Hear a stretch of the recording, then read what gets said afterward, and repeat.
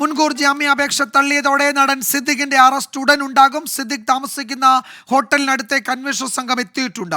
Arrest ചെയ്യാൻ crime branch മേധാവി കൊച്ചി പോലീസിന് നിർദ്ദേശം നൽകി. സിദ്ദിഖ് വിദേശത്തേക്ക് കടക്കാതിരിക്കാനുള്ള നടപടികളും അന്വേഷണ സംഘം സ്വീകരിച്ചു. SITയുടെ പുതിയ നീക്കങ്ങൾ അജീഷ് ജയകുമാർ പങ്കുവയ്ക്കും തിരുവനന്തപുരത്തു നിന്ന്. അജീഷ്, എന്തൊക്കെയാണ് വിശദാംശങ്ങൾ? നേരത്തെ SIT പ്രത്യേക യോഗം ചേർന്നിരുന്നു, അവരുടെ സംഘാംഗങ്ങൾ കൊച്ചിയിലേക്ക് വരുന്നു. പുതിയ നീക്കങ്ങൾ എന്തൊക്കെയാണ് അജീഷ്? വിജയകുമാർ, എന്തായാലും SITയിലെ അംഗങ്ങൾ കൊച്ചിയിലേക്ക് തിരിച്ചിട്ടുണ്ട്. ഇന്ന് വൈകിട്ടോടുകൂടി തന്നെ ഈ സംഘാംഗങ്ങൾ കൊച്ചിയിലെത്തും. അതിന് മുമ്പേ തന്നെ സിദ്ദിഖിനെ കസ്റ്റഡിയിലെടുക്കാൻ തന്നെയാണ് നിർദ്ദേശം. സിദ്ദിഖിനെ അതിനു വേണ്ടിയിട്ടാണ് ക്രൈംബ്രാഞ്ച് മേധാവി H വെങ്കടേഷ് കൊച്ചി പോലീസിന് നിർദ്ദേശം നൽകിയിട്ടുണ്ട്. അത് അവിടുത്തെ ഏതെങ്കിലും പോലീസ് സ്റ്റേഷനിൽ സിദ്ദിഖിനെ എത്തിച്ച് കസ്റ്റഡിയിലെടുക്കുക എന്നുള്ളതാണ് നിർദ്ദേശം. അന്വേഷണ സംഘം അവിടെ എത്തുന്നതുവരെ കാത്തു നിൽക്കേണ്ടെന്നായിരുന്നു നിർദ്ദേശം. പക്ഷേ അറസ്റ്റ് രേഖപ്പെടുത്തുക ഇവിടുത്തെ കേസെടുത്ത മ്യൂസിയം പോലീസ് സ്റ്റേഷനിലും അതേപോലെ തന്നെ അന്വേഷണ ഉദ്യോഗസ്ഥരും ായിരിക്കും. മാത്രമല്ല, ഈ കഴിഞ്ഞ ദിവസം തന്നെ സിദ്ദിഖ് പുറത്തേക്ക് വിദേശ രാജ്യങ്ങളിലേക്ക് കടക്കാതിരിക്കാനുള്ള നീക്കം പ്രത്യേക അന്വേഷണ സംഘം നടത്തിയിരുന്നു. ഈ ലുക്ക് ഔട്ട് സർക്കുലർ ഇറക്കിയത് അതിൻ്റെ ഭാഗമായിട്ടായിരുന്നു. സ്വാഭാവികമായിട്ടും ഒരു 24 മണിക്കൂർ വേണ്ട ഒരു നടപടിയാണ് ലുക്ക് ഔട്ട് സർക്കുലർ ഇറക്കുക എന്നത്. അത് ഈ അന്വേഷണ ഉദ്യോഗസ്ഥൻ ജില്ലാ പോലീസ് മേധാവിക്ക് ഒരു നോട്ടീസ് നൽകി. ആ ജില്ലാ പോലീസ് മേധാവിയാണ് ബ്യൂറോ ഓഫ് ഇമിഗ്രേഷനിലേക്ക് സിദ്ദിഖിൻ്റെ പാസ്പോർട്ട് നമ്പറും അഡ്രസ്സും അടക്കമുള്ള വിവരങ്ങൾ വെച്ച് ഈ ലുക്ക് ഔട്ട് സർക്കുലറിന് അപേക്ഷിക്കേണ്ടത്. പിന്നീട് ബ്യൂറോ ഓഫ് ഇമിഗ്രേഷനാണ് ഈ ലുക്ക് ഔട്ട് സർക്കുലർ ഇറക്കുന്നത്.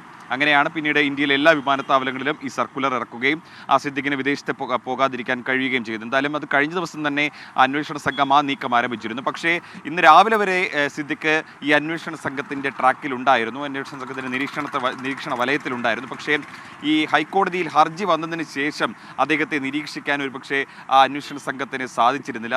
അതുകൊണ്ടാണ് ഈ അറസ്റ്റ് ഇത്രയധികം വൈകുന്നത്.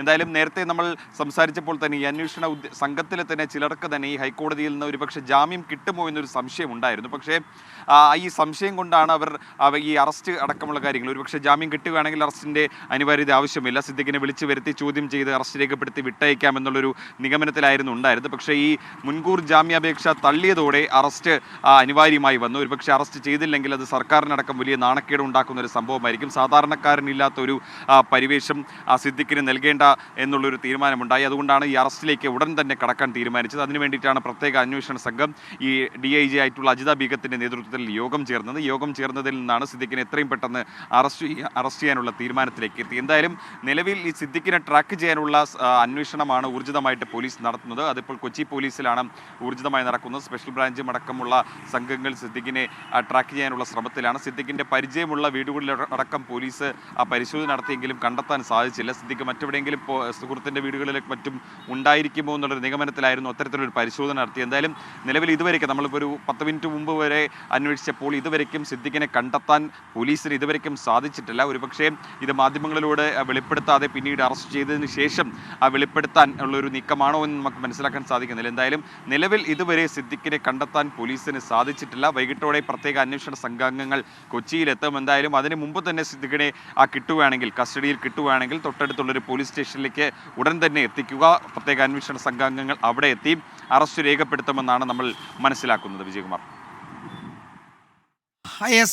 അജീഷ് ജയകുമാറാണ് പ്രത്യേക അന്വേഷണ സംഘത്തിൻ്റെ അടുത്ത നീക്കങ്ങളുടെ വിവരങ്ങൾ നൽകിയത്. നേരത്തെ നമ്മൾ പറഞ്ഞ ഉത്തരവിൽ ഹൈക്കോടതി സിദ്ദിഖിൻ്റെ മുൻകൂർ ജാമ്യാപേക്ഷ നിരാകരിച്ചുകൊണ്ട് പുറപ്പെടുവിച്ച ഉത്തരവിൽ വളരെ ഗുരുതരമായ നിരീക്ഷണങ്ങളും പരാമർശങ്ങളും ഈ കേസുമായി ബന്ധപ്പെട്ടുണ്ട്. സംസ്ഥാന സർക്കാരിനും അതിൽ വലിയ വിമർശനങ്ങളുണ്ട്.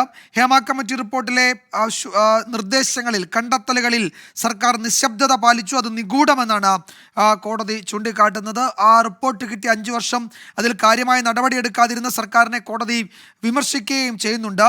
നടിയുടെ പരാതി ഗൗരവമുള്ളതാണ്, സിദ്ദിഖ് കുറ്റം ചെയ്തിട്ടുണ്ട് എന്ന് പ്രഥമ ദൃഷ്ട്യാ ബോധ്യപ്പെടുന്നു എന്നാണ് കോടതി സൂചിപ്പിച്ചത്. ജസ്റ്റിസ് DS ഡയസ് അധ്യക്ഷനായ ബെഞ്ചാണ് ഈ ജാമ്യാപേക്ഷയിൽ തീരുമാനമെടുത്തിരിക്കുന്നത്. പരാതിക്കാരിക്ക് വിശ്വാസ്യതയില്ല, മറ്റു പലർക്കെതിരെയും ആരോപണങ്ങൾ ഉന്നയിച്ചിട്ടുണ്ട്. അങ്ങനെ പരാതിക്കാരിയുടെ വിശ്വാസ്യത ചോദ്യം ചെയ്ത് സിദ്ദിഖിന് വേണ്ടി അഭിഭാഷകൻ നടത്തിയ വാദങ്ങളെ കോടതി കടുത്ത ഭാഷയിൽ വിമർശിക്കുകയും അത് നിരാകരിക്കുകയും ചെയ്യുന്നുണ്ട്. ലൈംഗികാതിക്രമത്തിനിരയായി എന്ന ഒരൊറ്റ കാരണത്താൽ പരാതിക്കാരിക്ക് വിശ്വാസ്യതയില്ല എന്ന് സ്ഥാപിക്കാൻ നടത്തുന്ന നീക്കങ്ങളെ കോടതി ചോദ്യം ചെയ്യുകയാണ്, അത് അനുവദിക്കില്ല എന്ന് കോടതി മുന്നറിയിപ്പ് നൽകുന്നുണ്ട്.